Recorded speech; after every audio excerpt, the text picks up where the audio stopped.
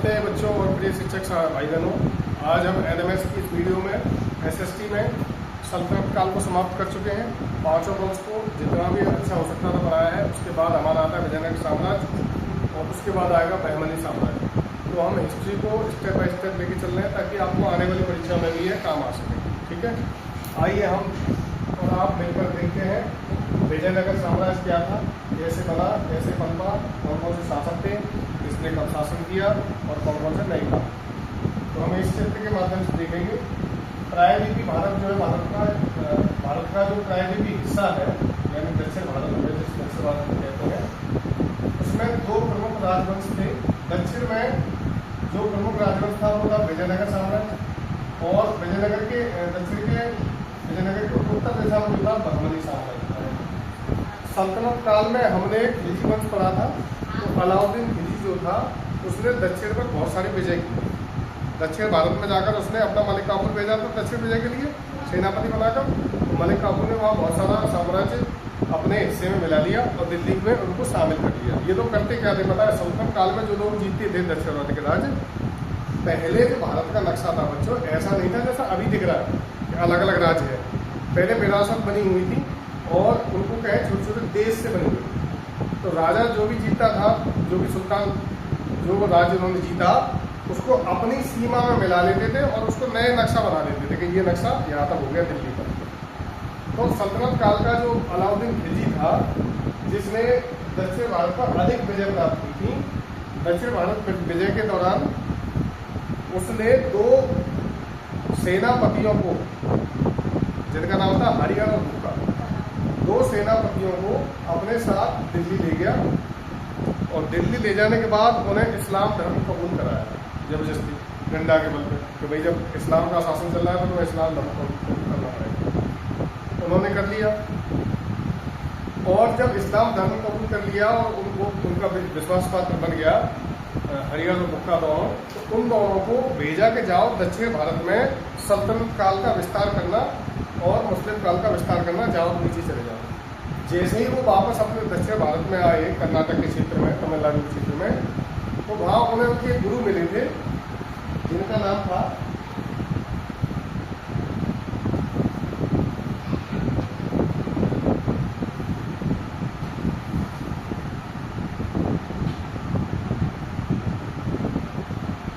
माधव विद्यारण्य गुरु। माधव विद्यारण्य गुरु मिले उनके। उन्होंने दोनों भाइयों को बुलाया कि भाई तुम लोगों से जो इस्लाम धर्म है जबरदस्ती कबूला गया है तो तुम वापस से हिंदू बन जाओ। तो वो वापस से हिंदू धर्म में आ गए और फिर उन दोनों ने मिलकर एक नए साम्राज्य की नींव डाली जिसका नाम था विजयनगर साम्राज्य। तो ये पूरी कहानी थी विजयनगर साम्राज्य की, समझ गए? अब लड़ाई किसकी थी? उत्तर भारत में बन रहा था बहमनी साम्राज्य जो कि मुस्लिम साम्राज्य था। इसका एक जो था हसन गंगू, जिसका दूसरा नाम क्या है? अली मेहमद शाह।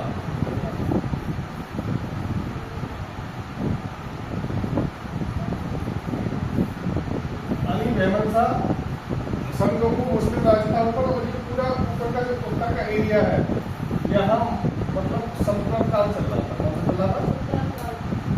यानी मुस्लिमों ने दिल्ली और मध्य भारत पर कब्जा कर रखा था, मध्य प्रदेश और उत्तर का पूरा एरिया। दक्षिण भारत का एरिया जो बचा था बहमनी साम्राज्य के नीचे वाला, यहाँ पर ये कब्जा नहीं कर पाए थे और बहुत कोशिश की थी कि इसको भी कब्जे में करें। तो ये दो साम्राज्य जो थे बहमनी साम्राज्य और विजयनगर साम्राज्य, इन दोनों की लड़ाई कृष्णा नदी का उपजाऊ क्षेत्र और तुंगभद्रा नदी के बीच का जो दोआब क्षेत्र था जिसको रायलसीमा दोआब कहते हैं। दोआब समझते? दो माने दो, आप माने पानी। दो नदियों या दो पानी के बहने की बीच की जगह बहुत उपजाऊ होती है, इसलिए राजा सुल्तान जो थे उसके लिए लड़ते थे। तो उन्होंने रायचूर दोआब के पीछे इन दोनों में रस्सा कसी चलती रहती थी। विजयनगर साम्राज्य ऊपर की ओर जाना चाहता था, यानी मैं उत्तर में जाऊँ, और बहमनी साम्राज्य चाहता था कि मैं नीचे और दक्षिण में कब्जा कर लूँ। तो दोनों के बीच इस तरह से युद्ध चलते रहते थे और दो भाइयों ने मिलकर विजयनगर साम्राज्य की स्थापना की। इतना समझ में आ गया आपके? अच्छे से समझ में आ गया। कहानी क्या थी? हम अभी ये समझे हैं कि ये दोनों भाई कहाँ से आए थे, कैसे। ये दोनों भाई दिल्ली सल्तनत काल में मोहम्मद बिन तुगलक, मैंने शायद अलाउद्दीन खिलजी बता दिया था, मोहम्मद बिन तुगलक के सेनापति थे। मोहम्मद बिन तुगलक MBG में तुगलक वंश में था, ठीक है। मोहम्मद बिन तुगलक के सेनापति थे दोनों, हरिहर और बुक्का। और पूरी कहानी वही थी जो मैंने बताई थी, तो शासक गलत हो गया था। तो वो उत्तर में गया, इस्लाम कबूला, फिर दक्षिण में आया तो फिर दोबारा से हिंदू धर्म कबूला और नए वंश की स्थापना की और उस धर्म का नाम रखा विजयनगर साम्राज्य। तो अब हम इसको आगे बढ़ते, इतना मैं डालूँ। ये तुम्हें इतने सारा नक्शा इसलिए समझाया मैंने तुम्हें कि किस तरह से इसका उदय हुआ, क्यों आवश्यकता पड़ी। मेन कारण था रायचूर दुआ। क्या था? रायचूर दुआ जो था, नदियों का स्थान था, बीच का उपजाऊ क्षेत्र था, जहाँ पर फसलें बहुत अच्छी होती थी, बहुत अच्छी कमाई होती थी। सब ढूंढने के लिए इसी को लगे। तो अब देखते हैं हम विजयनगर साम्राज्य।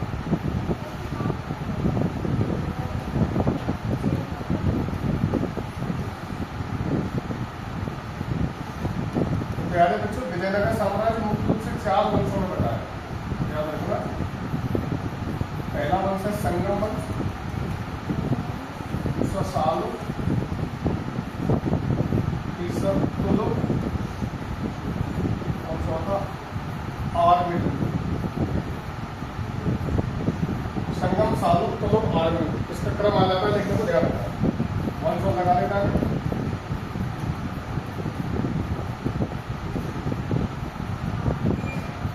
संगम वंश, सालुक वंश, तुलुक वंश, आर्मिन। 1336 1485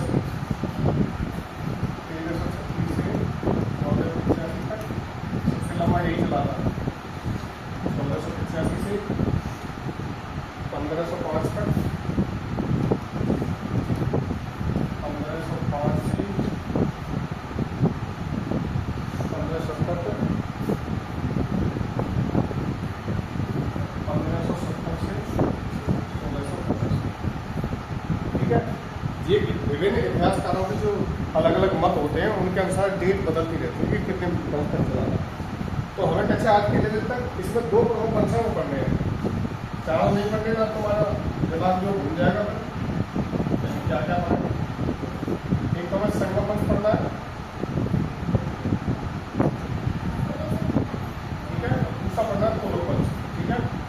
संगम वंश, तुलुक वंश। जो महान शासक था दक्षिण भारत का कृष्णदेव राय, आज तक हम पढ़ते हैं, उन्होंने बहुत सारे काम किए थे। अष्टदिग्गज थे उनके दरबार में, तेलुगु भाषा के महान ज्ञाता थे वो। तो दक्षिण में जितना भी तेलुगु भाषा का साहित्य है पूरा जो तुलुक वंश के संस्थापक थे, तुलुक वंश के शासक थे। तुलुक वंश के संस्थापक नहीं थे, शासक थे कृष्णदेव राय, उन्होंने ही विकसित किया था। और संगम वंश के जो हरिहर और बुक्का थे, हरिहर प्रथम और फिर बुक्का प्रथम। हरिहर 2 नाम से थे, देखो प्रथम द्वितीय आएगा, इसमें कन्फ्यूज मत होना। बाप का बेटा वही नाम ले लेता था। हरिहर का बेटा हरिहर द्वितीय, बुक्का का बेटा बुक्का द्वितीय, बुक्का प्रथम बुक्का द्वितीय, हरिहर प्रथम हरिहर द्वितीय। ठीक है। तो आप कन्फ्यूज नहीं होंगे, धीरे धीरे पढ़ेंगे। पहला नाम है संगम वंश।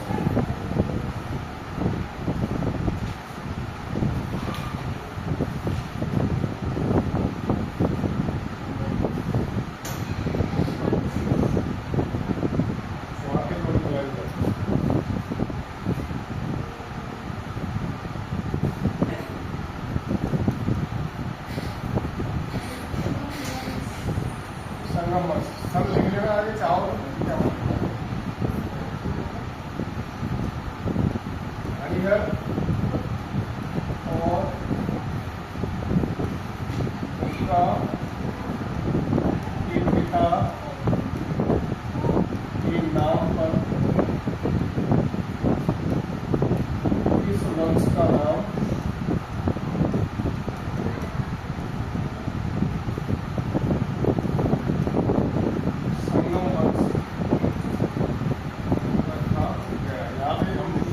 यहाँ से हमें इसका नाम संगम वंश क्यों रखा? इन दोनों के पिता थे संगम।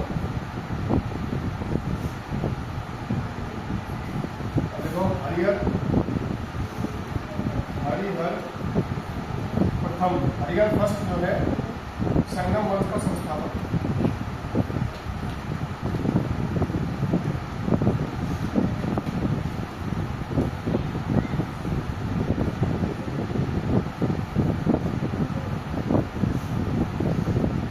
हरिहर प्रथम ने 17 वर्ष बाद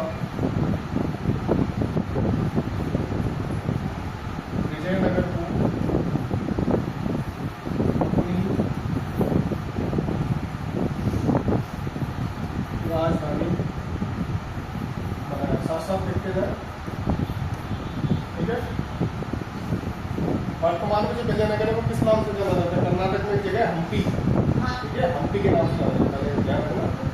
हम्पी और उसका दूसरा नाम क्या है?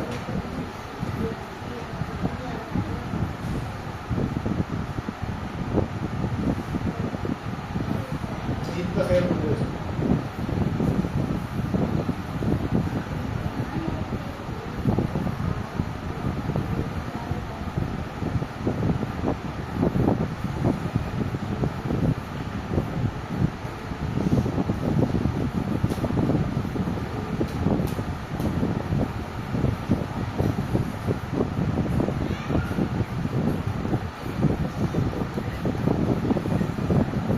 ठीक है, कंफ्यूजन तो नहीं होगा। हम शुरुआत कर रहे हैं दो वंशों से, पहला बहमनी साम्राज्य, दूसरा विजयनगर साम्राज्य। विजयनगर साम्राज्य पढ़ रहे हैं। विजयनगर साम्राज्य में हम पहला वंश चर्चा कर रहे हैं जिसका नाम है संगम वंश। संगम वंश का नाम, संगम वंश हरिहर और बुक्का के पिता संगम के नाम से बना था, ठीक है। हरिहर प्रथम ने संगम वंश का संस्थापक था। हरिहर प्रथम संगम वंश का संस्थापक था। हरिहर प्रथम ने 17 वर्ष बाद, यानी इससे पहले जो और दूसरी राजधानी बनाई थी, 17 वर्ष बाद विजयनगर में अपनी राजधानी बनाया। वर्तमान में विजयनगर हम्पी जीत के शहर के नाम से जाना जाता है, जो कि कर्नाटक में है, ठीक है। ध्यान कहाँ तो लिख लेना कर्नाटक, ना चाहो तो।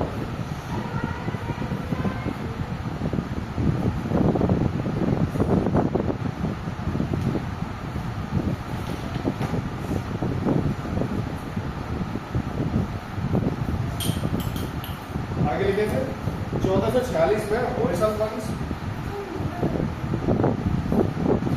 1346 में होयसल एक स्थान था, वो जीतकर हरिहर ने अपने राज्य में मिलाया।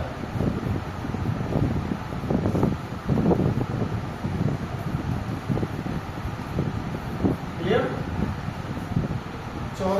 1347 में, यानी 11 साल बाद, 1347 में विजयनगर साम्राज्य 1336 में विकसित हुआ। इसके 11 साल बाद बहमनी साम्राज्य की स्थापना 1347 में उत्तर भारत में बहमनी साम्राज्य स्थापित हुआ, ठीक।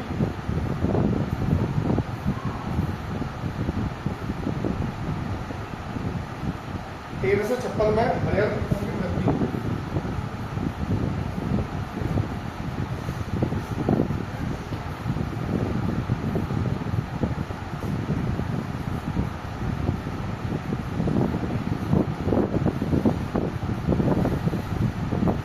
ये संगम वंश यहाँ समाप्त हो गया, ठीक है।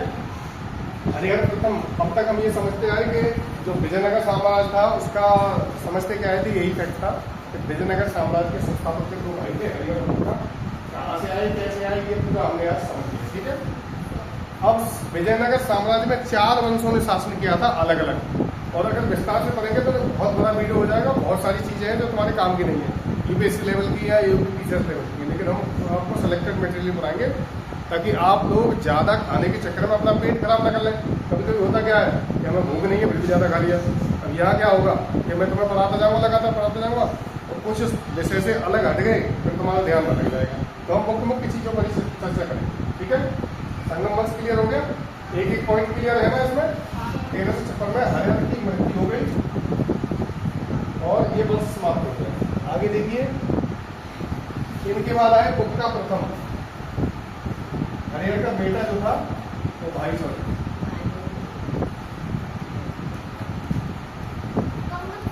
बुक्का फर्स्ट शासक थे, वंश संगम वंश चल रहा है। बुक्का फर्स्ट ने सबसे पहले मदुरई को जीता,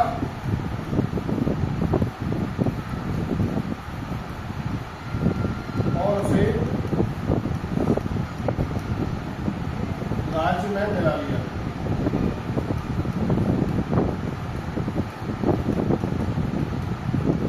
देखो यहाँ पर मैं छोटी छोटी से समझाऊं। यहाँ से रायचूर गोवा से शुरू हुआ था, तो यहाँ से जो संगम वंश की नींव पड़ी थी यहाँ, तो ये जीत कर इस वाले हिस्से को और कब्जे में करना चाह रहा था। मदुरई यहाँ है केरल में, तमिलनाडु में, ठीक है। तो नीचे का ऐसा वो चाह रहा था कि मैं उत्तर में तो बढ़ नहीं पा रहा। अच्छा ये बताओ, विजयनगर साम्राज्य उत्तर में क्यों नहीं बढ़ पा रहा था? सल्तनत काल था और एक और पहले बैठा था बहमनी साम्राज्य, और दोनों में युद्ध चल रहा था, तो वो उसको ऊपर नहीं बढ़ने दे रहा था, तो मुझे कि जब ऊपर नहीं बढ़ पा रहा था नीचे की जीतू मैं। तो नीचे का जो मदुरई क्षेत्र था, उससे पहले हरिहर प्रथम ने होयसल जो स्थान था उसको शामिल कर दिया, और मुद्रा प्रथम ने मदुरई को जीत कर फिर इसको अपना क्षेत्र बनाया। एक तरह से ऐसे समझिए आप कि वो अपना फील्ड को विस्तार करता रहा, और आगे मेरा और आगे और आगे। जैसे हम खेलते हैं गाँव में कभी कभी, तो हम डंडी से खींच के एरिया बना लेते हैं कि ये एरिया अब उनका है, और सामने वाला अगर दूसरा लड़का खेल रहा है तो उसको मार पीट के अलग कर दिया, उसका हिस्सा भी शामिल कर दिया कि ये भी मेरा ही है। तो इसी तरह से शासक करते हैं, ठीक है। मदुरई तो जीता।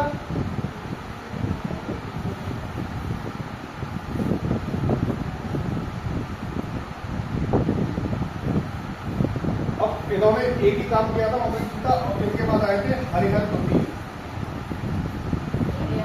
हरिहर द्वितीय देखो, हरिहर प्रथम, उक्का प्रथम, अब आया हरिहर द्वितीय। इनका बेटा था, हरिहर का बेटा था हरिहर द्वितीय। मैंने बताया था कि नाम बाप के बेटा के नाम रखे। देखो हरिहर द्वितीय ने 1377 से 1404 तक 1377 से 1404 तक शासन किया, और उन्होंने महाराजा विराज की उपाधि धारण की। महाराजा विराज की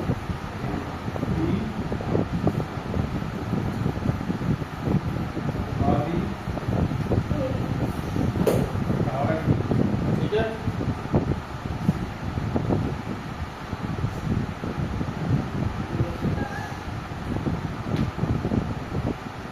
और इनने एक महत्वपूर्ण काम किया था,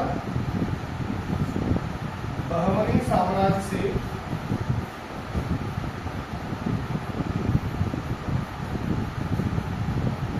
बेलगांव और गोवा को छीना।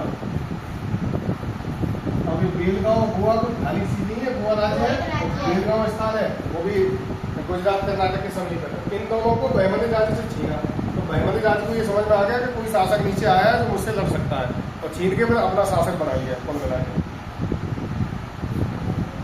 नीचे से ये दम लगा देते, ऊपर से वो दम लगा देते, तो जो बढ़ जाता था वही अपना क्षेत्र अपना देता। और इन्होंने यही नहीं, इन्होंने भारत का जो जलीय पड़ोसी है श्रीलंका, उससे भी कर वसूला। श्रीलंका से भी कर लिया। ये चर्चा चल रही है हरिहर सेकंड की, ठीक है। मुक्का ने काम किया था, मदुरई जीत कर राज्य बना दिया, मर गए। अब देखो वीडियो को लंबा ना खींचकर हम सीधे चलते हैं, क्योंकि लड़का पूरा वंश बनाने को लगे तो बहुत हो जाएगा। संगम वंशी चल रहा है, खत्म नहीं हुआ, ध्यान रखना, उसके शासक चल रहे हैं। इसके बाद आए हरिहर द्वितीय, फिर विरूपाक्षी प्रथम, मुक्का द्वितीय, देवराय प्रथम, फिर उसके बाद आए देवराय द्वितीय। अब आप जानेंगे देवराय द्वितीय, ठीक है। परीक्षा से ना क्वेश्चन आई वो लिखा है, किसका बेटा था ये मनुष्य का पूरा वंश पढ़ना पड़ेगा। देवराय द्वितीय शासक था, ठीक है। इन्होंने क्या क्या काम किए थे वो देख लीजिए, परीक्षा में इनसे जुड़े हुए प्रश्न आते हैं, ठीक है। मैंने एक विदेशी यात्री लिखाया था, निकोल कोंटी, याद है? अभी फिलहाल में लिखा है निकोल कोंटी किसके समय में आया था। निकोल कोंटी विदेशी यात्री इन्हीं के समय में आया। ये इतने महान थे कि अपने आप को इंद्र का अवतार बताते थे। जनता को अपने आप को इंद्र का अवतार बताते थे।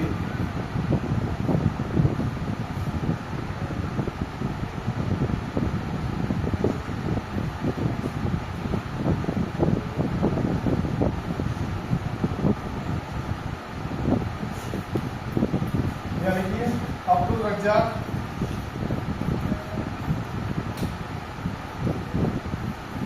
विदेशी यात्री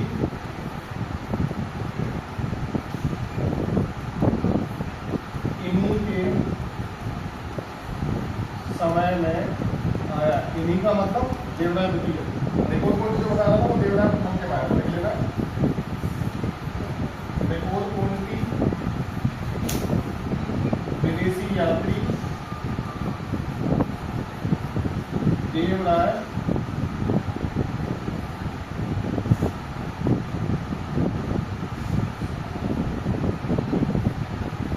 प्रथम के समय में आया। ठीक है, तो मुख्य बिंदु यही है।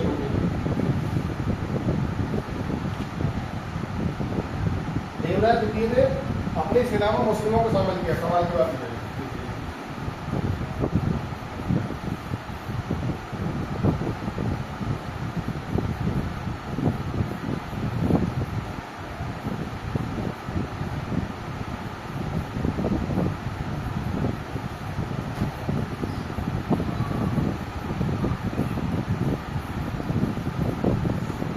मुसलमानों को शामिल किया देवराय द्वितीय ने।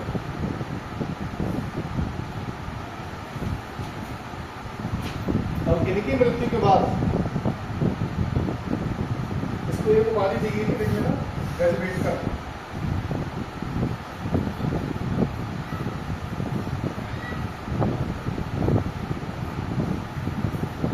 हाथियों को मारने वाला।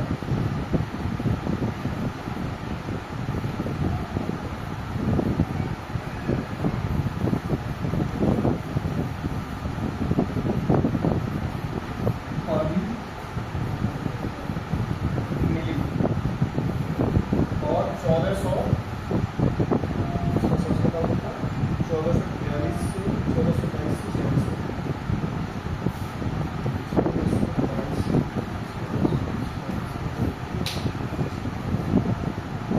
40 में मृत्यु हो गई।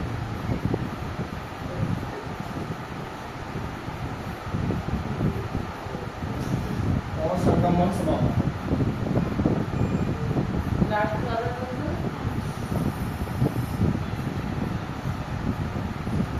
ठीक है, तो संगम वंश काफी लंबा वंश है। उसके प्रमुख शासक थे हरिहर प्रथम, मुक्का प्रथम, हरिहर द्वितीय, मुक्का द्वितीय, देवराय प्रथम, देवराय द्वितीय। ठीक है, प्रथम का एक काम याद रखना, चाहो तो उसको मार्क कर लो ग्रीन कलर में। हरिहर देवराय प्रथम। रिपोर्ट कौन सी जो था विदेशी यात्री देवराय प्रथम के आया, तो बाकी सारे काम देवराय फर्स्ट के सेकंड के।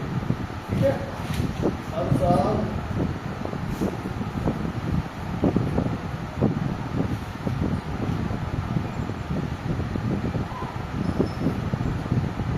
तो दो पंच डालेंगे आप डायरेक्ट। अभी तो समय है,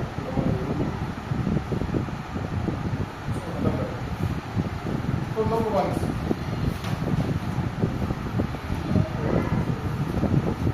ठीक है, संगम सालों तुलो आरबिडू, तो हमने सालों छोड़ दिया है और आरबिडू छोड़ देंगे।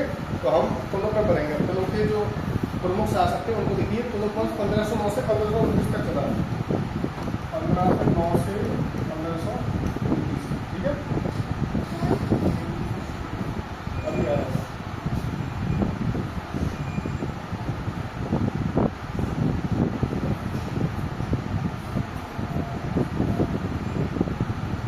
तुलो वंश का पहला शासक 8 अगस्त 1509 को कृष्णदेवराय थे। ऐसे लेंगे देवराय 1509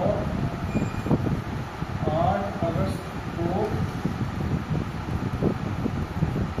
तुलो वंश के शासक।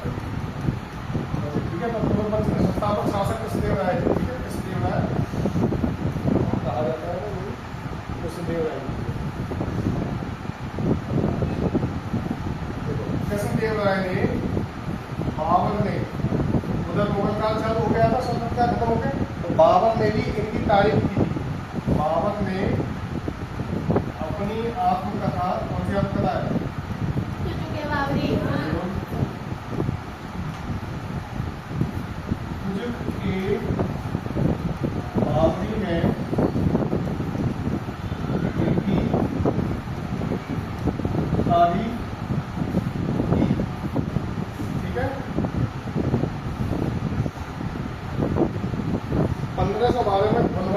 के लिए पर कब्जा कर लिया।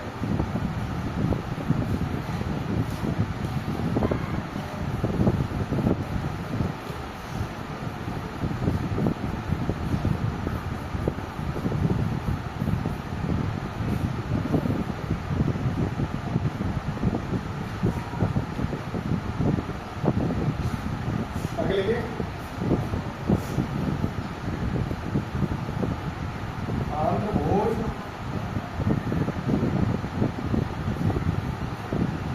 अभिनव भोज और आंध्र पिता।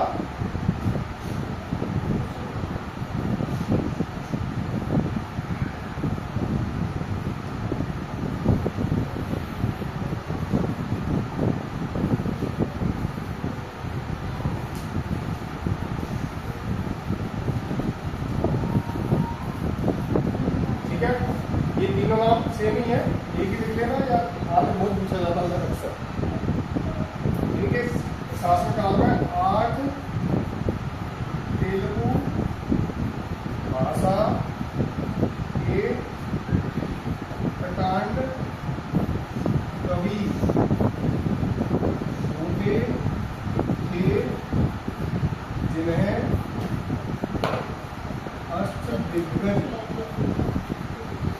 कहा गया। परीक्षा में मोस्ट इम्पोर्टेंट जाता है। अष्टदिग्गज वाला प्रश्न परीक्षा में हर हाल में आता है या आ जाए, मोस्टली परीक्षा में रिपीट होता है।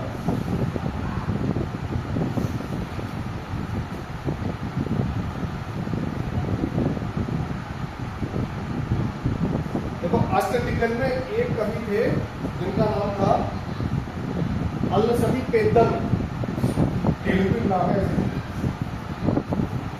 अल्लसदी पेद्दन। ये जो है बहुत ज्यादा तेलुगु के पेद्दन को तेलुगु भाषा का पितामह कहा गया। ठीक है,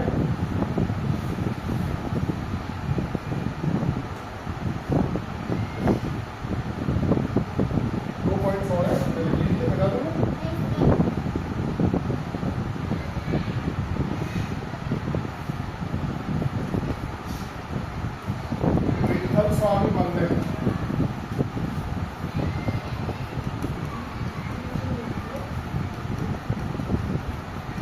निर्माण कराया। इसमें राइट बात चली गई, ध्यान रखना। और इनका समय तेलुगु साहित्य का स्वर्णकाल कहा जाता है। इनका समय तेलुगु साहित्य का स्वर्णकाल कहा जाता है। ठीक है, और 1529 में